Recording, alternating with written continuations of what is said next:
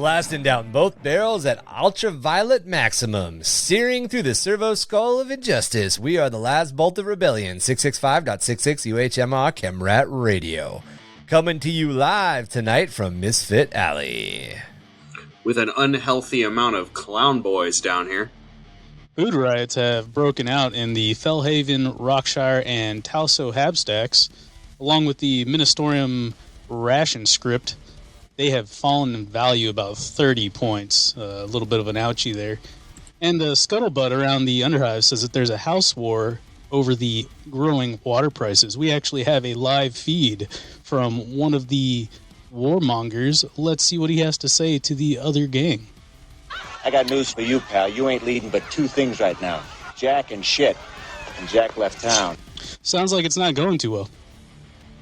It's got to be two hits, me hitting you, you hitting the fucking floor. It's almost like they're not surrounded by fucking ice. Hey man, at least the air down here ain't trying to fucking kill us. I'd rather be this close to the ice than stuck in the upper sublevels where the air recyc has been out for the third week in a row. Try to stick to the Habstacks market districts or find someone with an ice haul hivers. Temperatures are set to hit record numbers all next week. Yeah, those ration cuts and water prices are pretty high. Wonder about how long until the whole hive becomes a big ol' murder ball arena. Think we'll call that night Battle Royale. Strap yourselves in, keep your arms, legs, and other noodly appendages inside the ride at all times, as I am your unhinged, wild-eyed, crazy driver, Goblin King.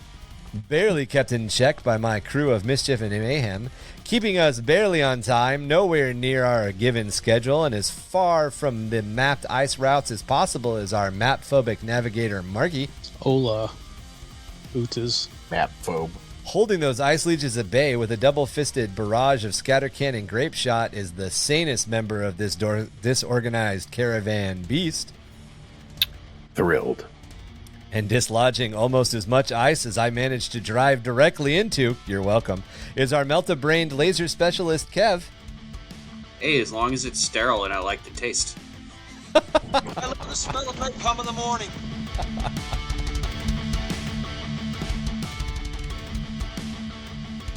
So welcome to Under the Hive of Madness. This is episode 50, and we are returning to the Aeldari faction to talk about my favorite sub-faction, the Exodites.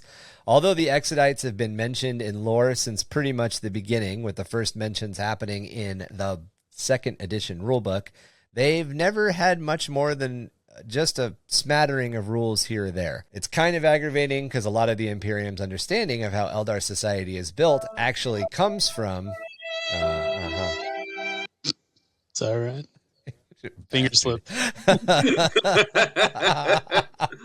So the Imperium's understanding of how Eldar society is built comes from interactions mostly with Exodites and the colonies of human settlers that have made a home on the Maiden Worlds.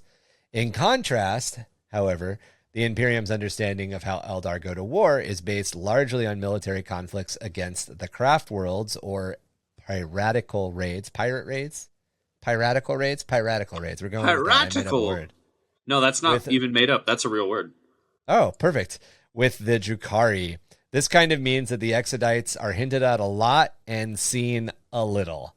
Back in 3rd edition, there was a series of white dwarves and some chapter-approved publications that had shown conversions and rules for making Exodite dragoons. These, I believe, were for you to run in place of bikes. They weren't a standalone. They were just like a, hey, here's a thing you can do. These are Eldar riding dinosaurs, although the Eldar called them dragons, and this started my personal fascination with wanting to make an entire Exodite army. I mean, dino riders were pretty big when we were kids, and of course, you know, just dinosaurs are fucking cool as shit in general. Dinosaurs are cool. Except elves suck. I mean, elves do, but elves also have their own charm. I'll give them that. My favorite thing about elves and Eldar is making fun of them. I know. It's really just so easy to make fun of them. And like, I don't know, you either love them, right there, you either love them or you hate them. There's like no in between. You're either like, wow, they're great, or you're like, ugh. Yeah, for me, it's like they're like not obnoxious. They're Is it Pompous. Pompous? Is Pompous? Yeah, there? Arrogant and pompous. Yeah. Yeah. And that just is a big turnoff for me. I mean, unless they're naked, then maybe. Then Well, yeah. Isn't that the goal with all Xenos? you put a get gag them ball naked. in their mouth, Yeah. and then it's not too bad. That's why the Dark Eldar, Dark Eldar, I can digest a little bit better, but just regular straight up Eldar, I don't know. They're a little too arrogant for me. But you gotta remember, they're just a few good sessions away from turning into a Dark Eldar. That's very true. You press the So right kinda- button the right way. kind of going on what Tom you sort of hinted at though. Yeah, I think you're right. I think pretty early on you make a decision as to whether or not you like elves or not. Yeah. And I actually really liked elves back when my dad actually read all of the Lord of the Rings books to me when I was a little kid. So I really liked elves. And it's weird because the older I've gotten, the more I like dwarves. Now I'm pretty much more a dwarf fan than I am an elf that's because fan, as you get older and grumpier, you're more and more identifying with dwarves. 100% myself. Really, The younger I was, the more I liked elves, and the older I get, the more I like dwarves. you really are not wrong. The longer my beard gets, the older I get, the grumpier I get, the more I'm like, yeah, living in a hole in the ground and telling everybody else to go fuck themselves is a great way to live. Yeah, I think the wifey contributes to my hatred for elves. She's a big Legolas fan, and I'm just like, yeah, fuck them. Yeah. Yeah. They're just too delicate for me. That's like, I hate to say it, but I've always been on the human side. Like, when it comes to like medieval, like, because that was my thing, fantasy, fantasy Elves had is their just, time. yeah, well, fantasy is just glorified medieval times. So of course I'm going to be like, yeah, knights. Yeah, I'm about that life. You know what I mean? Let me guess. Tom's fantasy faction was Britannia. I don't even know the fantasy factions. Oh, they're the knights, essentially. There's literally probably. the empires is basically like situated Central Europe, and to the west of them, on the other side of a mountain range, lies the grasslands of Britannia, ruled by literally kings and knights. Yeah. Okay. So yes. Yeah. That's it. And they have a forest at the south end of their area, and then that forest turns into where the wood elves live. It's the forest of Aeldari, and that's where you have like the tree folk and all that kind of stuff living. Yeah. Okay. So then yes. Yeah. That'll do. And it's also the lady of the lake, essentially. The Warhammer equivalent of the Lady of the Lake lives at that kind of area as well. Yeah, and that's who all the knights and everybody, like, that's their god. Perfect. Yeah, I think the closer like I personally get to fantasy, the more I want to stay, like, the more I steer clear from like humanoid. No, humanoid's probably the wrong word. From like human-ish factions, like Skaven have really grown beastie. on me. You're a beastie player. Yeah. Yeah, I don't like orcs, I guess. Like, I mean, I don't know. It seems. But you're not playing orcs. You're playing little baby goblins and giant fucking troll things. It's not the same kind of orcs. Yeah, I think the closest thing I'd get to like a human-looking thing would probably be like the giant army, the one that Tom was pretty interested in, also. Yeah, just because it's cool. Yeah, I'd turn them into like ice giants or fire giants. I think that'd look pretty dope. Oh yeah, frost trolls. Hercules shits. Yeah, that's what I always wanted to do, like Titans. Oh, that'd be cool. But anyway, elves.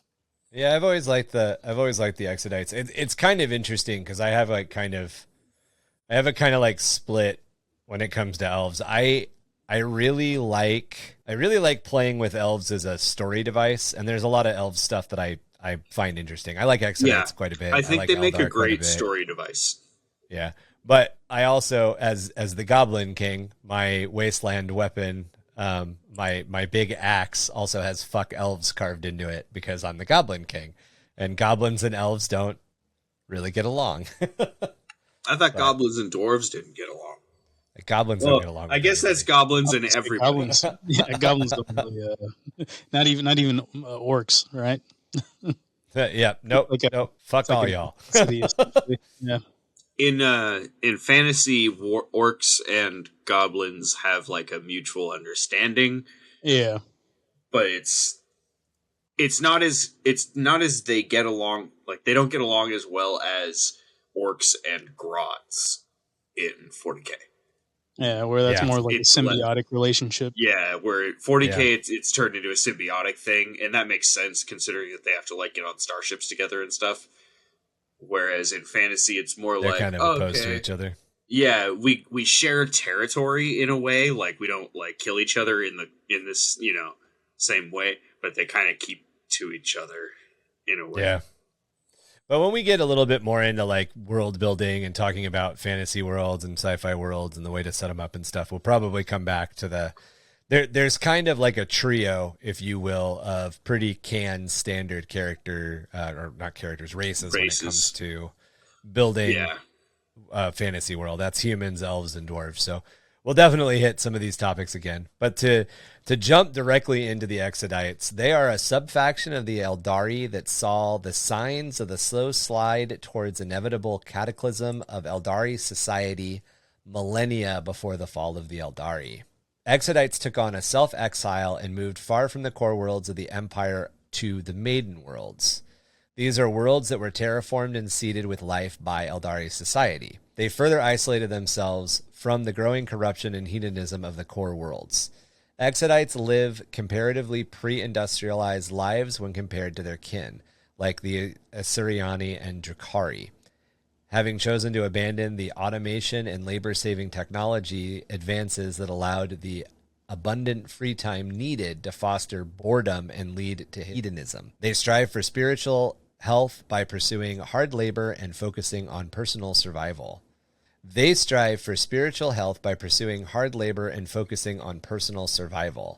Exodites also rely on psychoactive crystalline technology to protect their souls after death from the hungering attentions of Slaanesh. Their worlds are covered in networks of megalithic structures like standing stone circles and other massive constructs.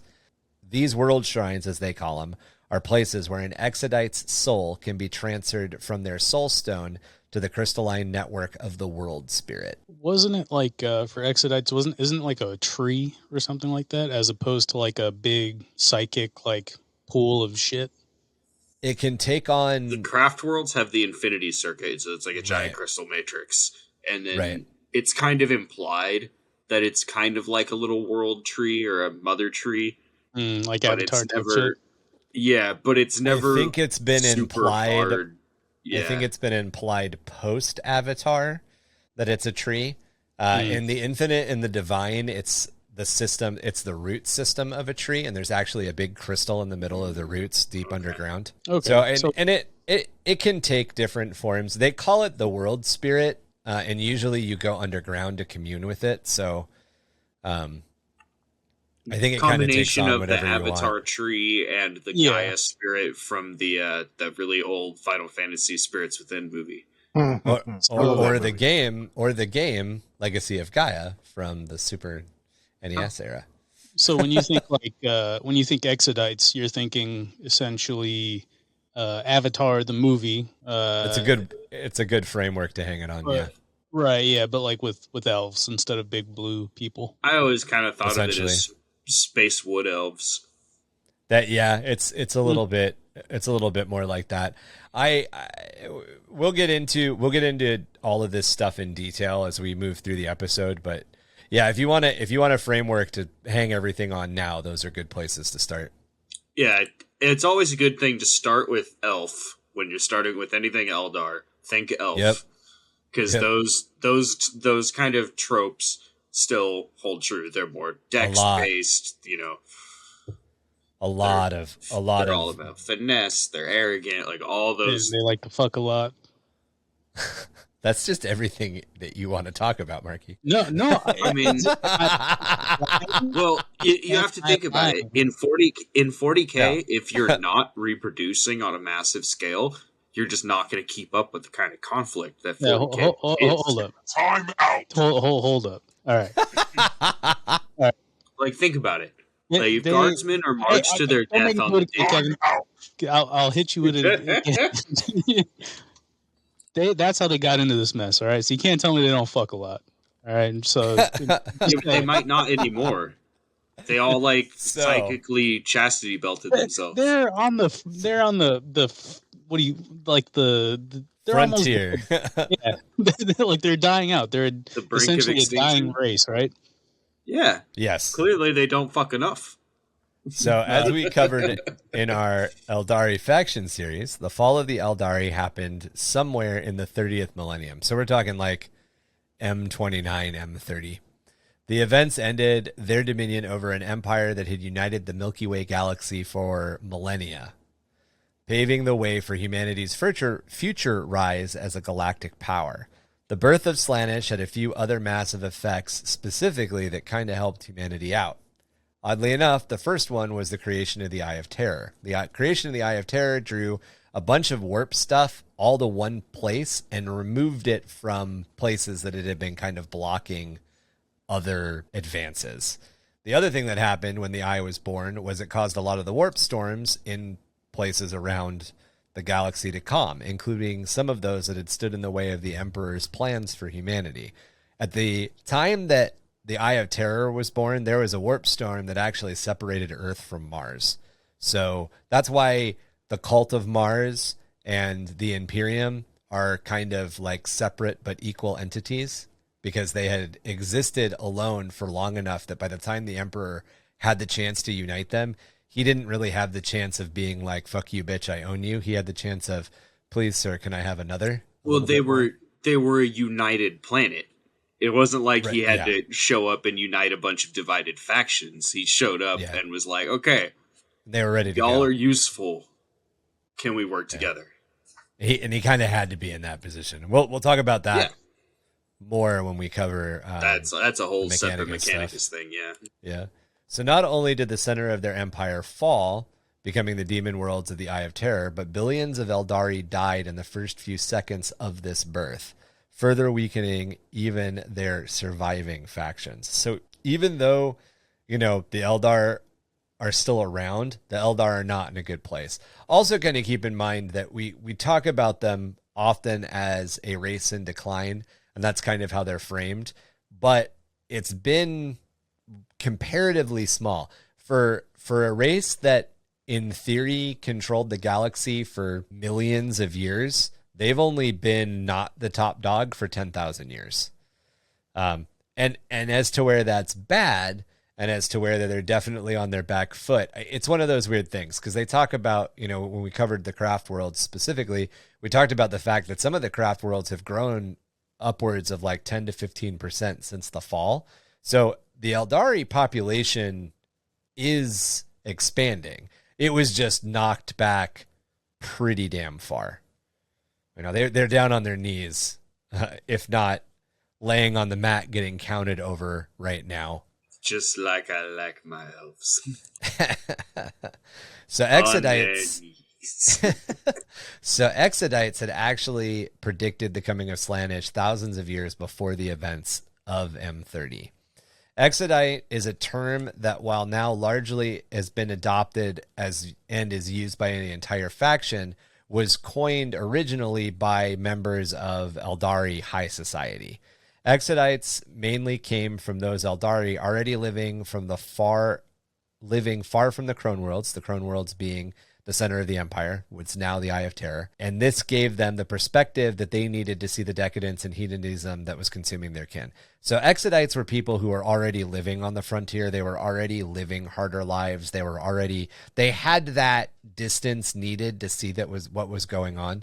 It's a common thing that we can look at even in current modern society. People who live more survivalistic lifestyles have a tendency to have a different viewpoint of people who live in a lap of luxury. It's two different mindsets. It's two different states of being. So Exodites also came from several different places. There were those who saw the coming psychic backlash, those who were inside Aeldari society who were just very learned and saw what was coming, and who were able to convince those around them that there was danger coming.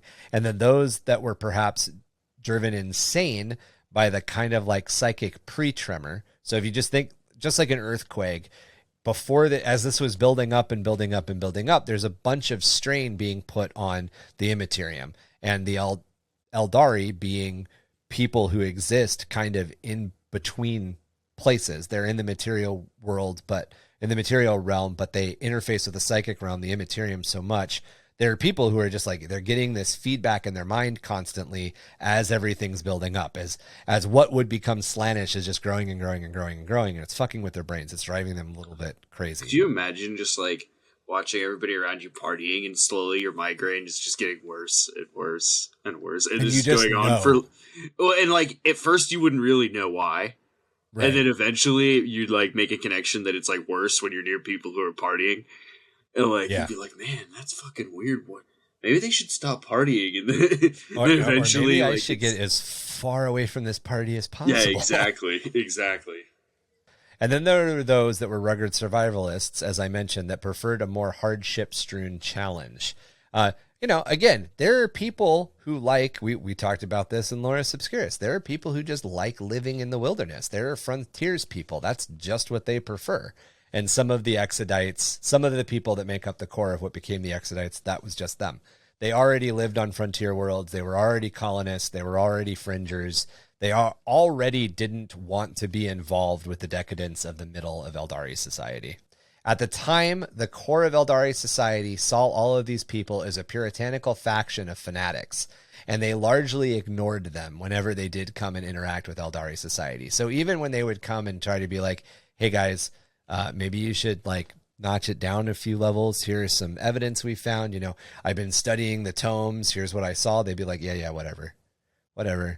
You guys just want to stop our party, man. We're just trying to get our party on. It's implied that the Exodites grew from a core of settlers and frontiers people. So because there were these settlers and frontiers people that already lived this lifestyle, and there were people in the core of Aeldari society that were seeing this, they kind of slowly, through the nature of the way that the Aeldari colonized stuff, they kind of, all of these people who kind of felt that way and just wanted a quieter, simpler life kind of trickled out to these frontier worlds. They got further and further and further away from the core worlds, kind of seeking these harder lives in these quieter settings because they didn't want to be around what was happening.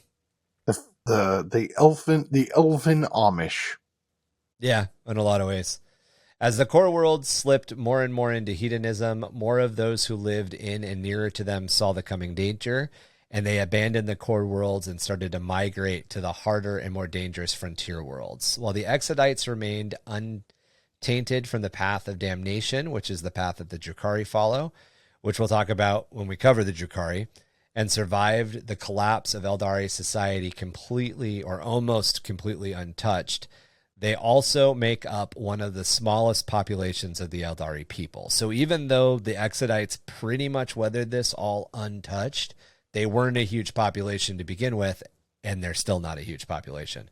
There are more craft worlders than Exodites now, even though not many Exodites died at all. Yeah, that's a really small percentage. I mean, because most of the craft worlds were fucked, right? Well, so craft worlds, most of the crone worlds, all of the crone worlds became demon worlds. Screwed. Yeah, and like half of the craft worlds were too close when the fall happened. They didn't get far enough away. Right. So if you guys want to go back and listen to, we did a 3-episode spread on the Aeldari faction, but kind of in brief, the Exodites left first. The craft worlders saw it coming second and started leaving, but the craft worlders started leaving like a couple of years to a couple of months before the birth of Slaanesh. So very, very quickly. And a lot of them didn't make it. And a lot of them didn't make it. It kind of think of like, it's almost like a Noah's Ark story. They started making arks to get away and only half the arks survived, essentially. So like a certain scenario of... Move! Sanka, you dead? Yeah, man. Something similar to that. Do you just have a sound for everything? I try. Or almost? So the term Maiden World refers to paradise worlds created by Aeldari technology through advanced terraforming techniques. Semi-serious nerd over on our Discord server had actually asked for this information, or had asked about how this worked a little bit more in detail. So we gathered some details from him. The Aeldari would target barren, lifeless death worlds, seeding them with life forms designed to start their slow terraforming process. This process started at the lowest levels, with bacterium and other single-celled life forms being introduced in order to oxygenate the atmosphere. So they take a dead world, completely barren landscape, and they introduce the right type of bacteria, the right type of algae, the right type of very, very simple life forms to start creating an oxygen-rich environment. So rather than do it by like brute force, they actually do it by natural encouragement. Yes, they seed it, essentially. And this is technology that they would have learned from, and techniques they would have gotten from the old ones. So over time, they would introduce more complex life forms to expand and stabilize the growing ecosystem. And once the process was started, or once a couple of these steps of the process have been started, it's a relatively self-sustaining process, but it takes thousands of standard Terran years to complete. So they're not landing an atmosphere generator and turning it on for 30 years. It's not a big nuclear generator that's polluting or doing something. It's the same process that Earth went through, minus the cooling of the crust. Right. So start basically from the dinosaurs, the death of the dinosaurs, and then move from there. Well, I mean, it's starting with... It's going beyond... Yeah. It's going back farther than that, but I mean... Yeah.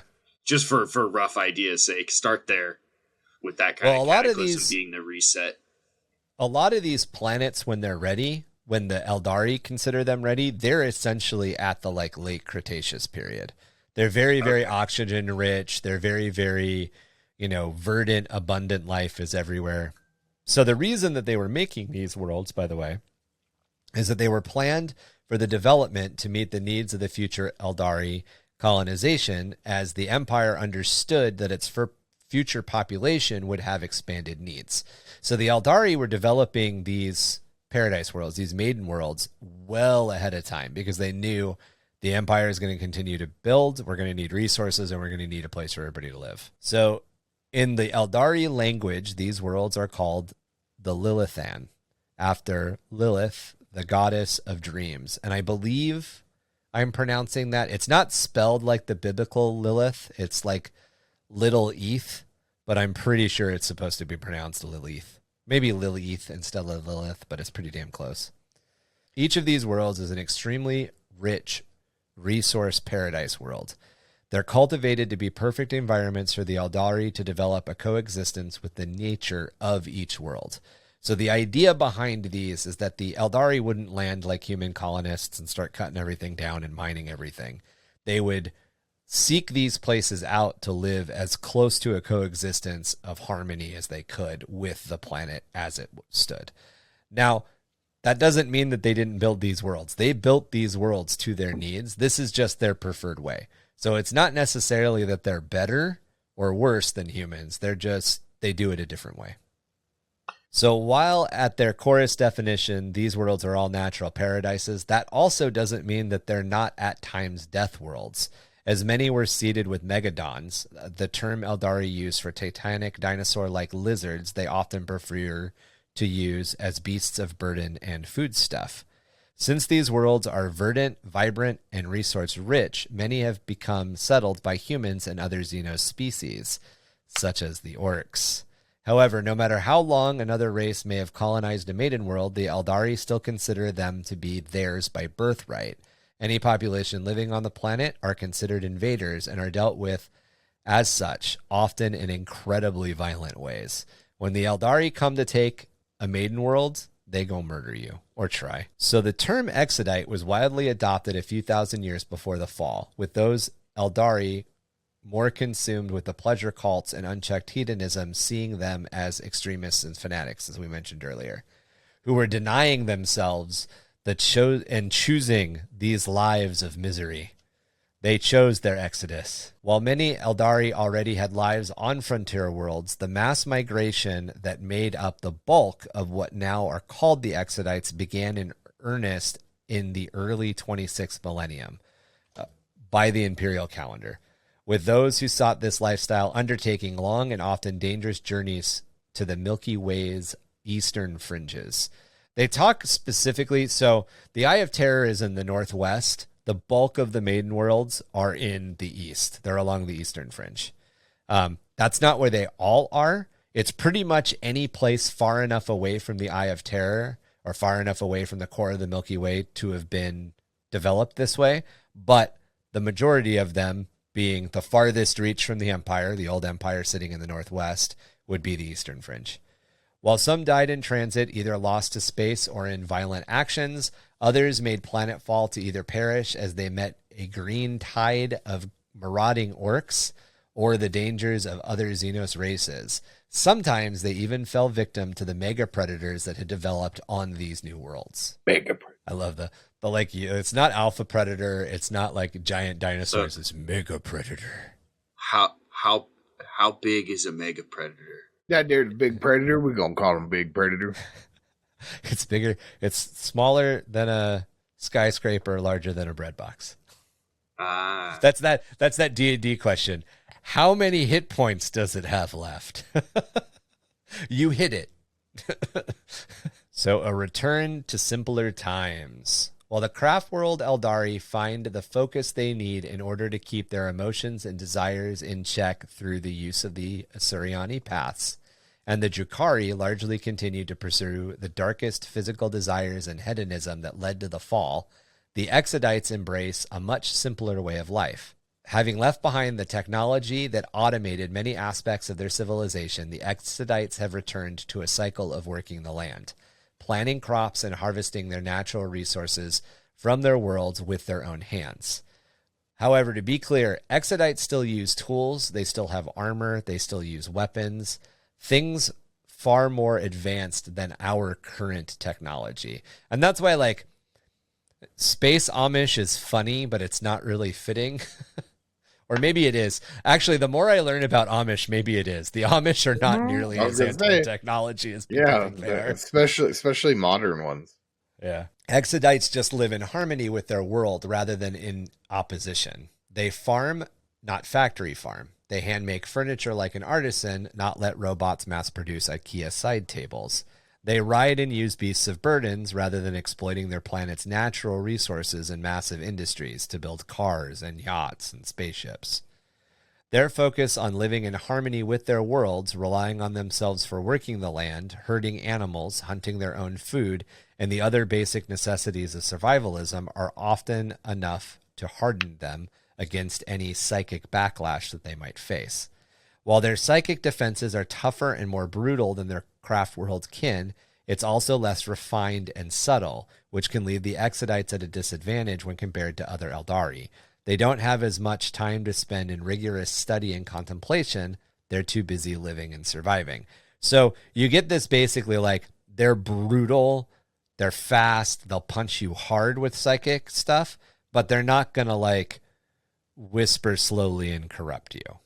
So is this kind of like where the like wood elf yes, similarities come in, where they're more hardy but not as refined, I guess? Yeah, it's like comparing the wood elves of like Legolas's wood elves, the Mirkwood wood elves, to like Rivendell. Like Rivendell is all like marble and golden spires and all, and then Mirkwood is like underground caves and trees riding that horses are hollowed and out. trees. Yeah. Hmm. It's just a different, If you want to do that like high elves versus wood elves comparison. Because that's what it is. It's high elves, wood elves, and dark elves. In fact, fantasy. Yeah, in fact, in 40k, the craft world Aeldari still cling to many of the luxuries that come with the highly automated lifestyle. Craft world Aeldari don't farm. We talked about this when we talked about the past. You might be on the path of the biologist. You might be in charge of farming, but just like farming nowadays, there's big machines that do the harvesting. There's big machines that do the planting. You as a farmer in craft world Aeldari society are a lot more about knowing how to control the machines that do the work than doing the work yourself. So there's a lot about craft world Aeldari society that is still that kind of like lap of luxury, which is why they use the paths to keep their minds occupied in their downtime. So like instead of a farmer, it's like a botanist. kind of thing, right? Right. It's the difference between I physically work all day, so I'm nice and exhausted, and I have to make sure I entertain my mind for so many hours a day to become physically exhausted. Like the Exodites are doing the labor, they're doing it, so they're tired. You know, that they're the lumberjacks versus the book, you know, the book learned scientist. It's a lumberjack versus academic, essentially. What do they call those things? Not. What the hell do you call them? The guys that just wear flannels. what do you call them, Kevin? Lumberjacks? I just said it. A lumberjack versus like a. You talking about like the hipster people that can't actually do anything? Yeah, like lumberjacks versus hipsters kind of thing. Oh, like the yes. joke name? It's lumbersexuals. Yeah. You mean my favorite people? Because it's like, hey, do you know how this all works? Like, it was the useless hipster people. It's like do you actually cut wood or? Yeah. Yeah, it's they the wear guy, flannel every day, wax their mustache, and wear overalls, but it's the guy roll up their flannel sleeves, but they can't change a tire or like put a nail in or. It's the people who live a survivalist lifestyle in the middle of nowhere versus the people who dress like they're survivalists that drink Starbucks all day. Yeah. And it's not that necessarily either side is like better than the other. And obviously in this explanation, you know, the Exodites, they stay on their path and they stay from falling to like hedonism by making sure that their lives are active and full of like physical activities and things that they have to do. The craft world, they took the whole idle they do hands it by thing. like exactly, idle hands. Yeah, the craft world Aeldari do it by studying and contemplating and like furthering their sciences and everything. It's just it's the other side of that coin essentially. So the craft world Aeldari regard Exodites as rustic and simple, while also viewing them as wild, vigorous, and incredibly extroverted.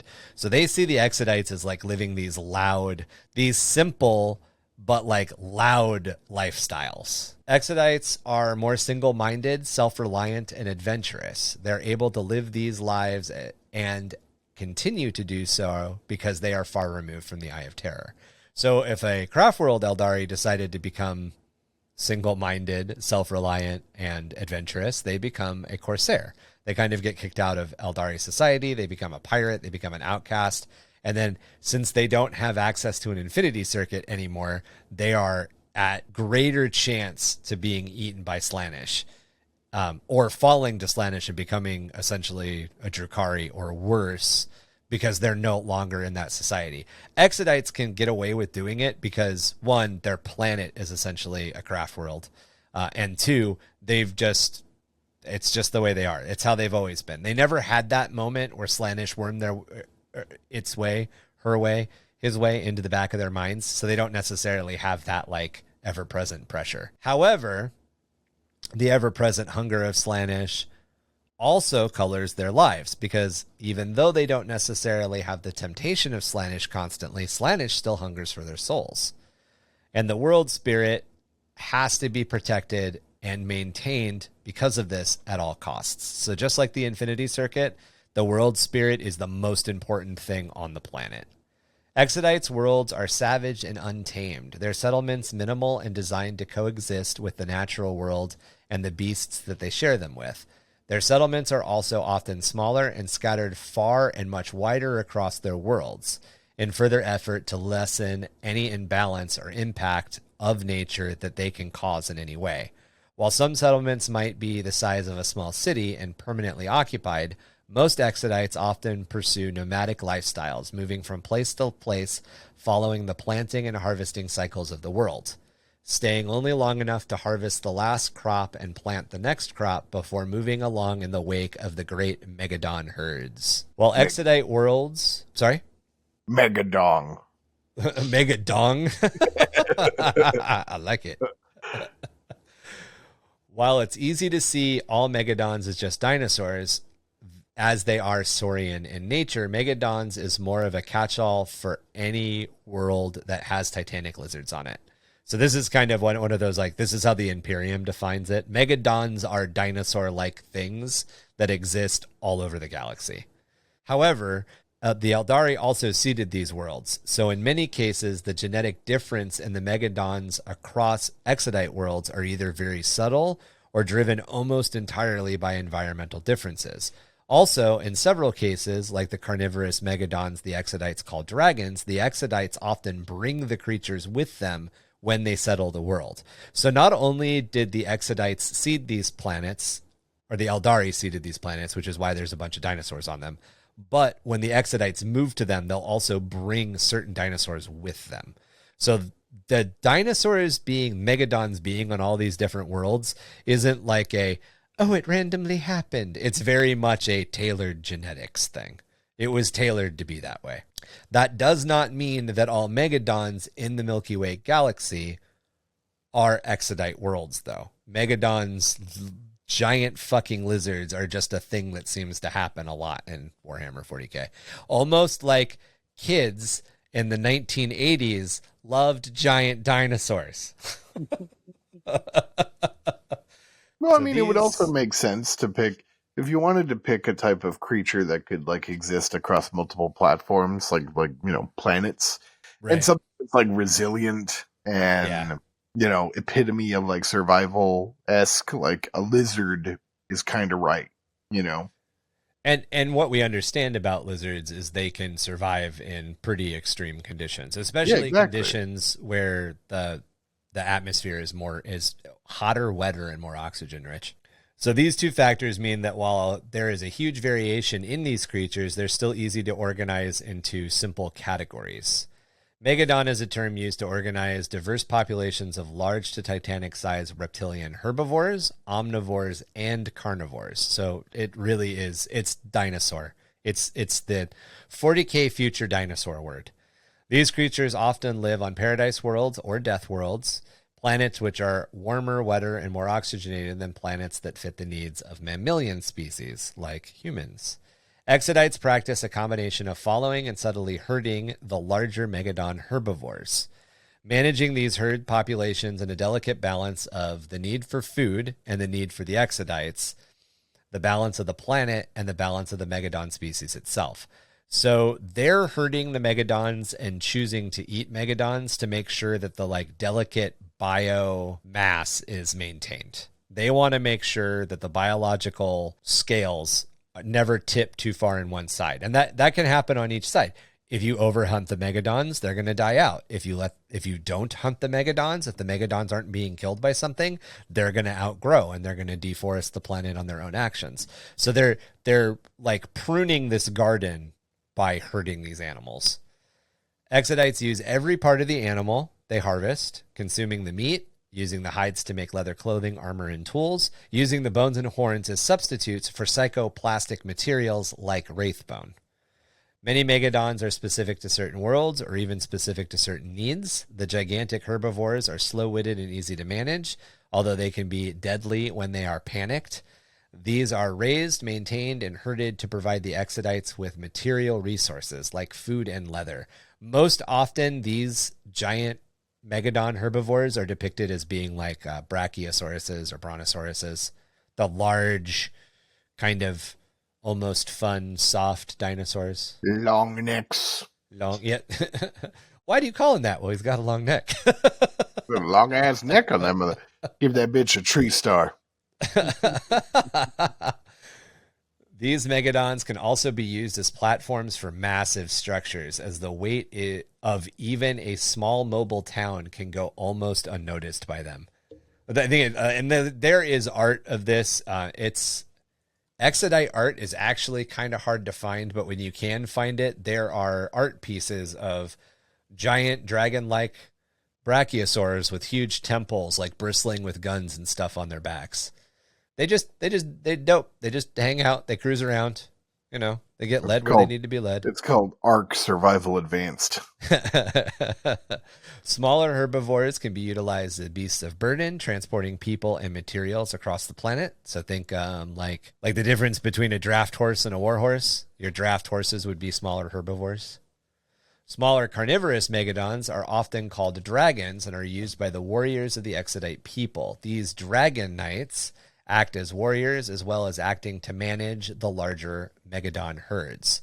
The dragon knights are said to be born and raised in the saddle. Such is their skill, using their lances with deft skill to redirect the massive beasts that they herd, although they are deadly enough with their lances that they can land a killing blow in one shot against the most hardy and armored of Aeldari targets. This warrior culture is extremely important to most Exodite societies, as they not only drive their herds, but they act to protect the planet and their people when predators arise or invaders attack. That is kind of like we've talked about Tom's Night Worlds a couple of times, and in a lot of ways, it's the same thing.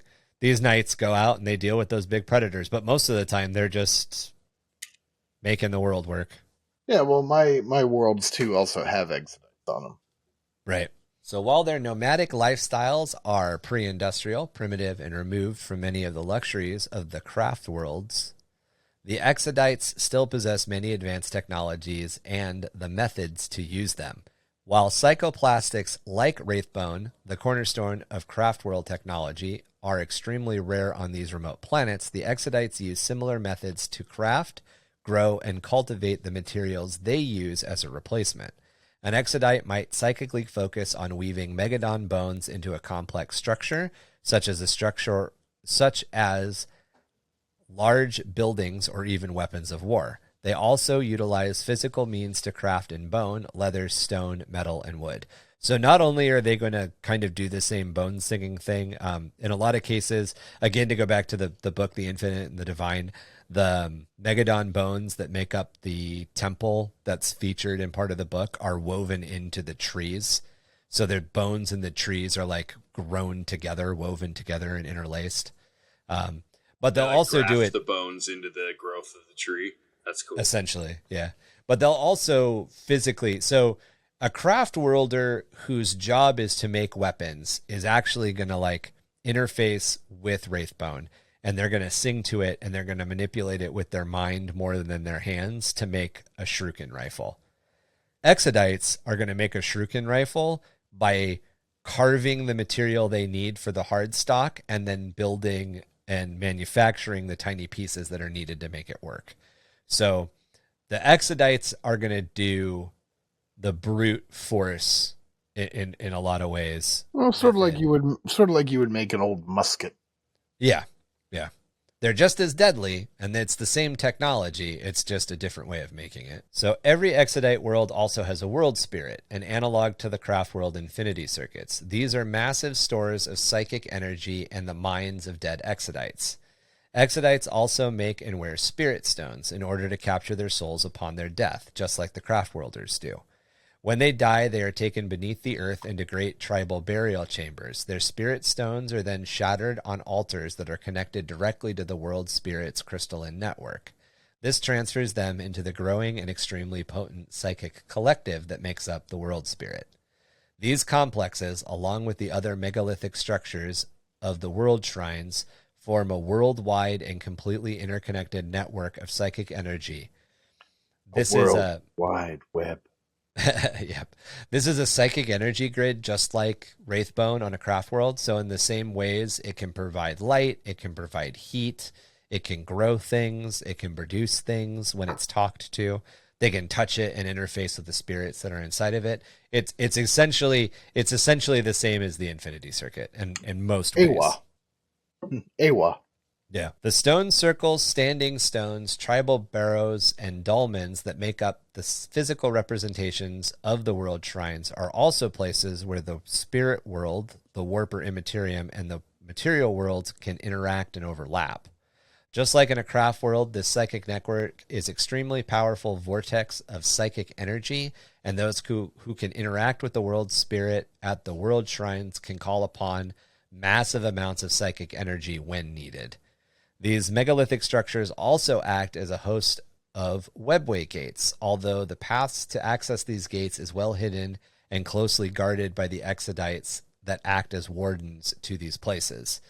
This enables Exodites to travel between Exodite worlds, travel to unclaimed, at least by the Aeldari, Maiden Worlds, and other craft worlds, creating an interconnected and widespread culture, while individual Exodite worlds still maintain their own and often diverse societies and identities. So they're trading. They're traveling between one another. They're interconnected with the Aeldari people, with the Asuryani, the craft world Eldar. As world spirits act in much the same way an infinity circuit operates, to abandon a settled world is leaving all those souls to the hunger of she who thirsts, and Exodites will defend their worlds to the bitter end, and with a savagery not often seen by craft world Eldari forces who can easily withdraw. So usually when the craft world Eldari are on a planet, the planet is not connected to the craft world. They can just peace out if the battle goes bad. If a battle is going bad for an Exodite force on planet, they're going to get meaner and meaner and meaner the smaller they're forced. And down with the ship, it sounds like. Oh, yeah. Well, because if they lose that world, all of the Exodites who have died in generations past are gone. That's it. The so many different things. They're like a little spirit circuit. Yeah. It also works like a mana pool from what it sounds like, right? So they can pull energy from that and interesting. And there was a depiction in one of the short stories of almost exactly that. Like it's a big, like kind of reflective, like liquid mercury looking pool. It's like liquid silver pool. And one of the Exodites like wades into it, and then she uses that to power her essentially Farseer powers. So that's she interfaces with everything. Yeah. And in the infinite and the divine, the world spirit's core, Trazen wants it for his collection. I won't say what happens, but that's why Trazen ends up on the planet, because he's interested in it.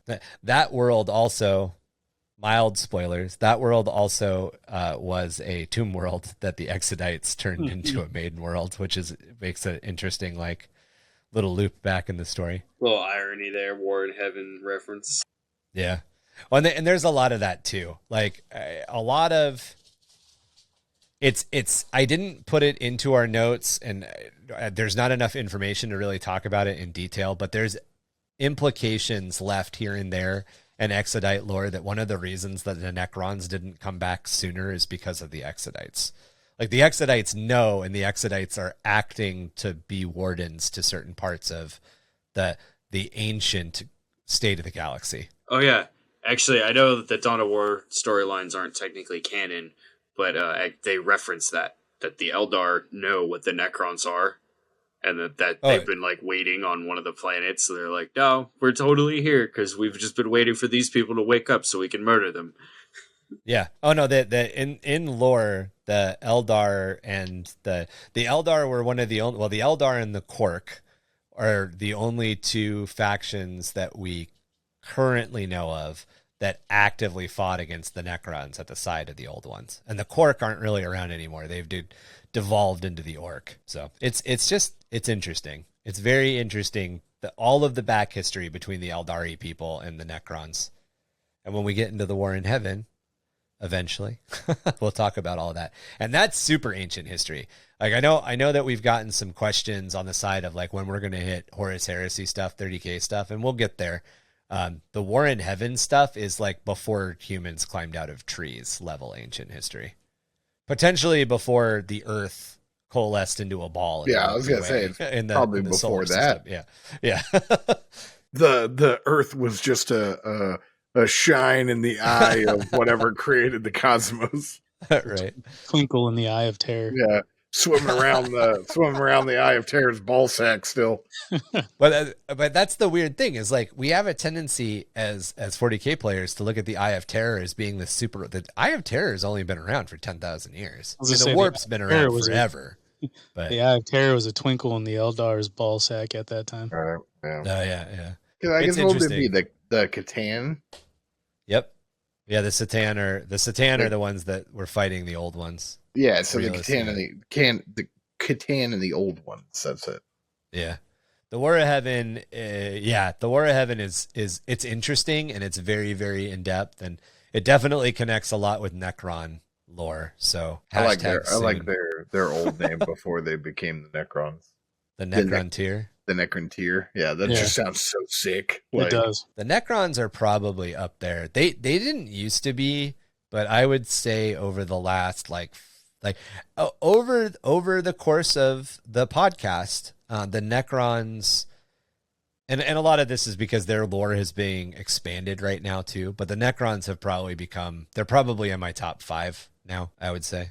I'd say old style. Yes. New, like, I like the new ones.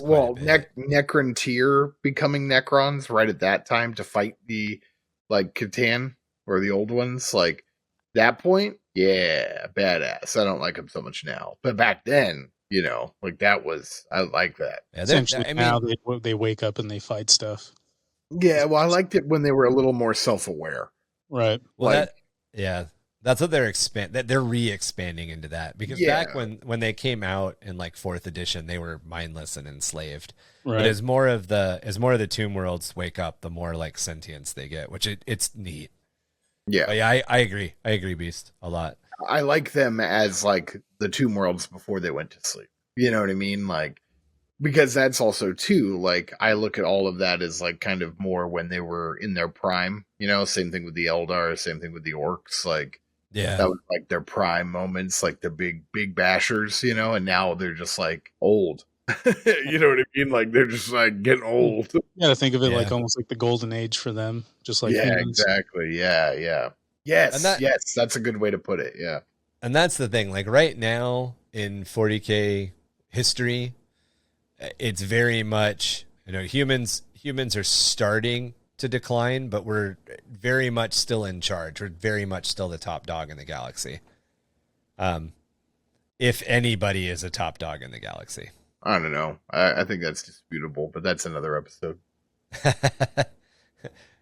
So while specific customs and other cultural trappings might vary from planet to planet, Exodite societies are almost all built around small tribal communities, a tribe consisting of several families working together in herding and farming, whether nomadic or not. So they're not all nomadic. Some of them don't move around. Each tribe will have a leader or small leading council. These tribes in turn will all owe fealty to a local lord or a ruling multi-tribe council, with all of these lords or tribal councils then swearing fealty to a planet's king or queen and their royal lineage and tribe. So there's a king or queen of the planet. It's a mixture of tribal and feudal society. Due to their low population numbers, there are, in general, very few causes for territorial disputes within Exodite society, and open warfare between tribes is incredibly rare. However, skirmishes between rival groups of Dragon Knights are common. Dragon Knights often attempt to steal away a rival's beasts, both dragons and megadons of their herd, or they might use their herd to take another tribe's grazing lands, so they'll specifically drive their herd to where somebody else's herd's going to be, as a kind of a like ha-ha move. These actions are seen more like war games and the training that young Dragon Knights must go through to learn the rules of warfare. The danger of death and serious injury that accompanies these war games is accepted as part of a young warrior's life.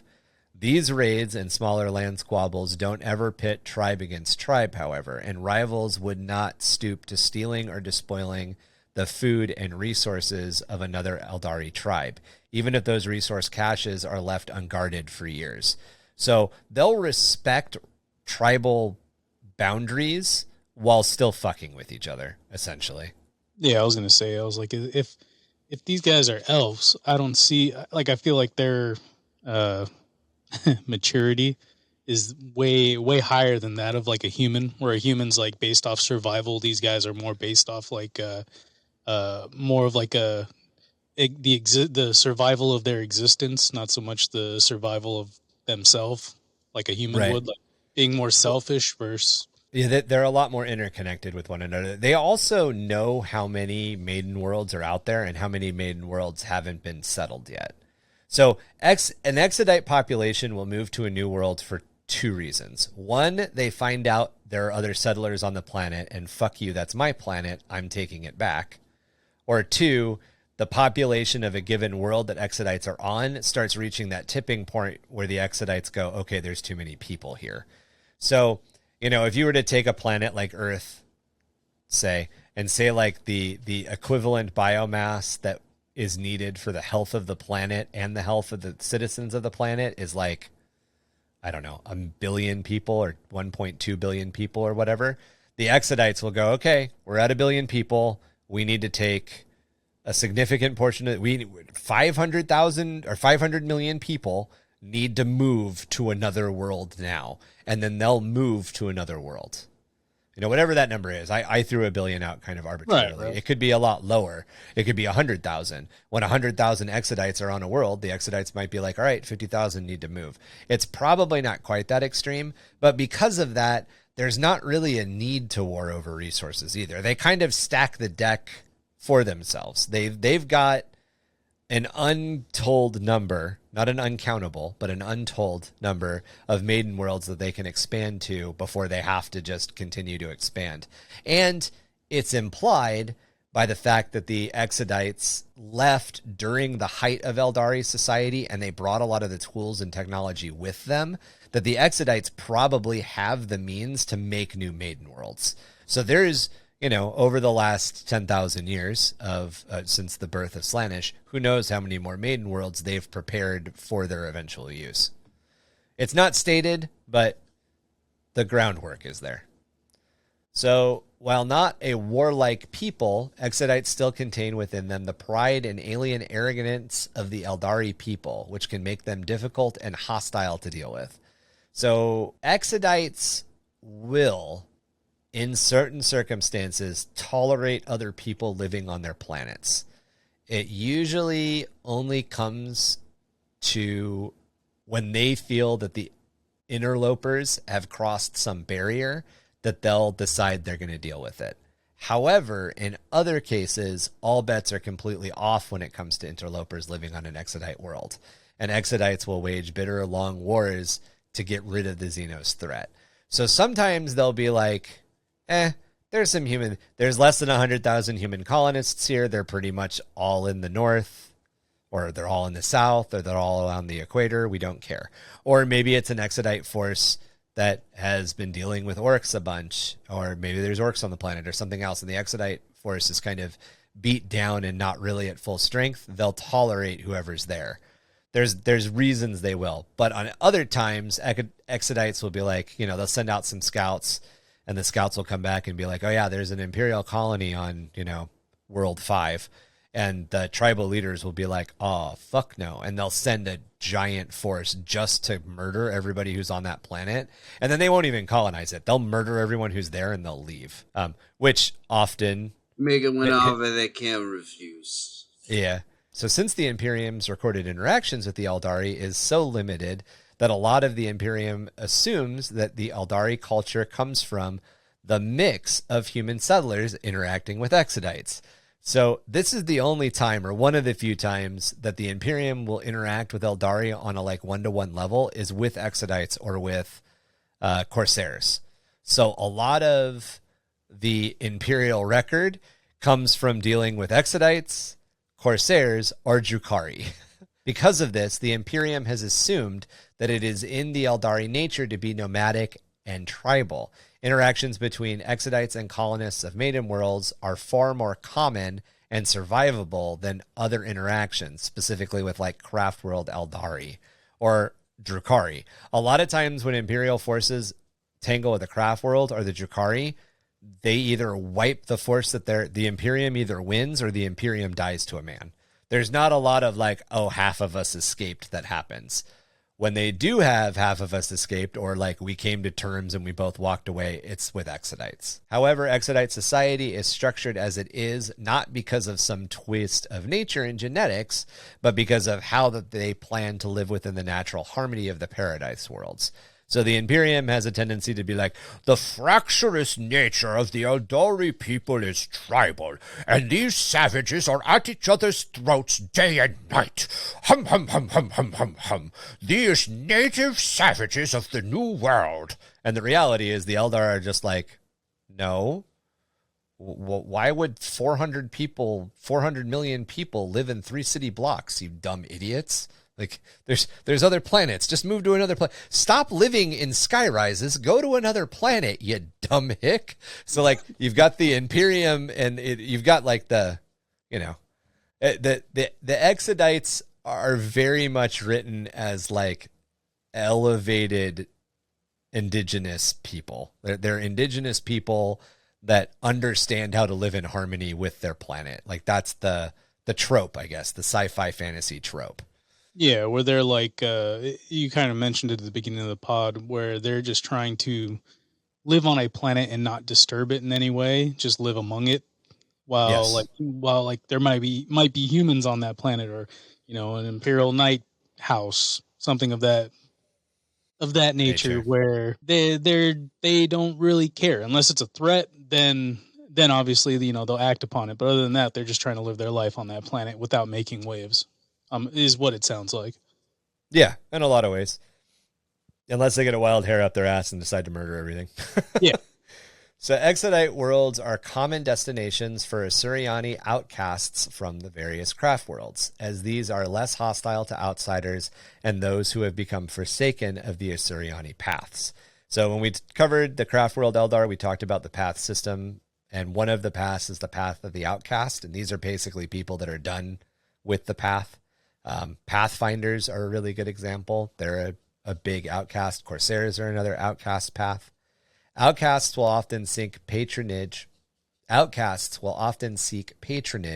with Exodite tribes, fighting alongside the tribal warriors as they enjoy the freedoms of the Exodites' life and lifestyles. On the other hand, the Exodites see outcasts as strange romantic figures, masters of hidden lore and a way of life that is both arcane and archaic. The outcasts are welcome as they bring skills, knowledge, and even technologies that haven't necessarily been seen in the courts of the tribes for years. So here's kind of the way that they see each other. So the Asuryani outcasts seek the Exodites out because that's what they're craving. They're craving that freedom of lifestyle. They want that survivalist, sustaining challenge. They see them as being extreme and out there. The Exodites see the outcasts, being from Asuryani culture, as being these like masters of hidden lore, which they view as like mystical and ancient at the same time. Because the Exodites understand that they left all of that behind. They left behind the arcane pursuits. They left behind the archaic knowledge. In a lot of ways, without flat out stating it, there's a lot of like, the craft worlds are Magnus and Prospero when Magnus and Prospero were loyalists. And the Exodites are, the White Scars in a lot of ways. Like if you want to break it down to looking at it from a space marine level, they're just two different groups of people, and they regard each other as like, when I learn everything in a library, my people learn everything in a library. Your people learn everything in the saddle. And the Exodites are like, we're cowboys, and you guys is all into your book learning. Like you got that like back and forth between the two groups. But they don't look at each other in like disdain or anything, right? It's just kind of like you learn this in a different manner or a different lifestyle than what we did. And essentially the Asuryani are trying to like become Exodites, but they just have this knowledge. So the Asuryani in general, the craft world Eldar in general, who are the Asuryani, they view the Exodites as like backwater hicks, like in general. Right, but I'm talking about like the outcasts. The outcasts, the outcasts view them more as like a safe haven. Yeah, okay. It'd be like, kind of like in modern society, every once in a while, people just go, you know what? I want to live in the wilderness. And they go and live in the wilderness. And there's, there's people, there's people that live in it. It's van life. Every once in a while, somebody decides that they want van life, and there's a whole van life culture that will accept them with open arms. Their VW bus. Hey, I used to have one. I would be that guy. I would if I still had it. But yeah, so that wraps it up for the Exodites. Not a lot of lore, although there are lots of hints and tidbits that have been left kind of all over the place. researching the Exodites, there's not a book that we can source. We didn't go to a codex. I went to like 8 codexes and a couple of different online articles and a couple of different novels that I've read in the past. And I cheated a little bit by verifying information with some wiki articles and lexiconum. Several chunks of the Infinite and Divine, which we've mentioned in this episode, take place on a Maiden World with a unit of Dragon Knights actually attacking Trazen at a certain point. And in true Pokeball fashion, that unit of Dragon Knights now exists in a library. Oh, those are cool. You're mine. Haven't seen one of those in a long time. I'm going to take it with me. So we'll be back to cover the Ynnari faction during a future episode. The Ynnari will only get an episode on their own because they don't have a lot. Just like the Exodites, unlike the Exodites, they're being currently developed. Like the Exodites, there's not a lot of lore behind them. So they'll get an episode that focuses on them, a lot like this episode. And for those of you who are Drukhari fans, we got you covered. They will have their own faction series. Drukhari Society is actually quite a bit different from Craft World and Exodite Society and has to kind of be treated completely differently. Not only that, but even inside Drukhari Society, there's like 3 different micro societies. The Drukhari are very, very interesting. Interesting. That's the word, right? Interesting. So yeah, if you guys are waiting on that specific lore, we do have you in mind. It is on the way. If you want to get a hold of us before that, you can email us at underthehiveofmadness@gmail.com or jimdarkgaming@gmail.com. You can also become involved in our Discord community. We love to share in all things Warhammer 40k, from the lore to the hobby. And from time to time, we even dip into the current tactical state of the game. We also love to talk about homebrew, lore, world building, and creative writing in general. So if you have something to share, that's another good place to find us. We also just like to provide a place for us to hang out and play video games sometimes too. That is true. You can find us other places online with our website or follow us on Twitter, Facebook, and Instagram. We have links to everything as normal down in our show notes to make it easy for you guys to find us. Please help get more ears to see, not to see. Please help to get more ears on our content by liking and reviewing us wherever you get your podcast fix. Our home is Spotify and Anchor FM, but we aren't strangers to Apple, Google, Stitcher, and many more. If there's something that you like, if there's a platform you like that we're not on, please feel free to use one of those emails to let me know, and I will get on it as quickly as possible. We have a goal to grow our Patreon to 30 members so we can bring in an editor a little more officially. We have somebody who helps us out with editing from time to time. That's Ickbard. You guys might have heard his name or heard him talk a couple of times. We'd like to bring him on a little bit more full-time. You can help us with that goal over at www.patreon.com/underthehiveofmadness. All Patreon members get access to a video version of our podcast episodes. There's about 30 minutes of bonus Patreon-only content at the beginning of those episodes, and we leave in a lot of the bloopers and fumbles we hit while recording. We do cut out things where, like, we all get up and leave the computer for 5 minutes or have to completely restart, and there's like a 10-minute break. But other than that, if we fumble across words or I say something stupid or I read a line backwards because I'm a moron, it's in there. You guys get access to it like that. You also get access to our painting contest that we run 4 times a year. There are a few other perks at higher levels, like polls about future episodes, art assets you can use to order custom objective markers, and even giveaways that we try to do a couple of times a year. So please head on over to Patreon and check out the different things that we've got. Misfit Alley Murder Fest has officially kicked off, with Crusader Corps taking center stage tonight. The temperature is tolerable, the rat meat burgers, under pig barbecue, and Starch Corps ramen is edible, and the fungi beer and Rush Shine liquor is flowing quite freely. Don't miss out on the festival's heavy death synth and grindcore lineup, including Echoes of Distant Suns, the Sump Slapping Kings, and Styx Hive Massacre, hosted all week after third shift by the Nutty Jays. We are your light of truth in the echoing darkness, 665.66 UHMR Chemrat Radio. Remember, keep those Vox dials set and join us next time. Same ratty station, same ratty ass attitude. And remember, no matter what your hab partner says, don't say Forearmed Emperor in the mirror 5 times fast. Or you might just find what you're looking for. Or you'll Get a tongue twister. Other one. You said 5 times fast. I'm like, that's not how that goes. Yeah, you do that. You're all 5 times. No. You leave. You're 5 times fast. It's perfect. Or a tongue twister. Other one.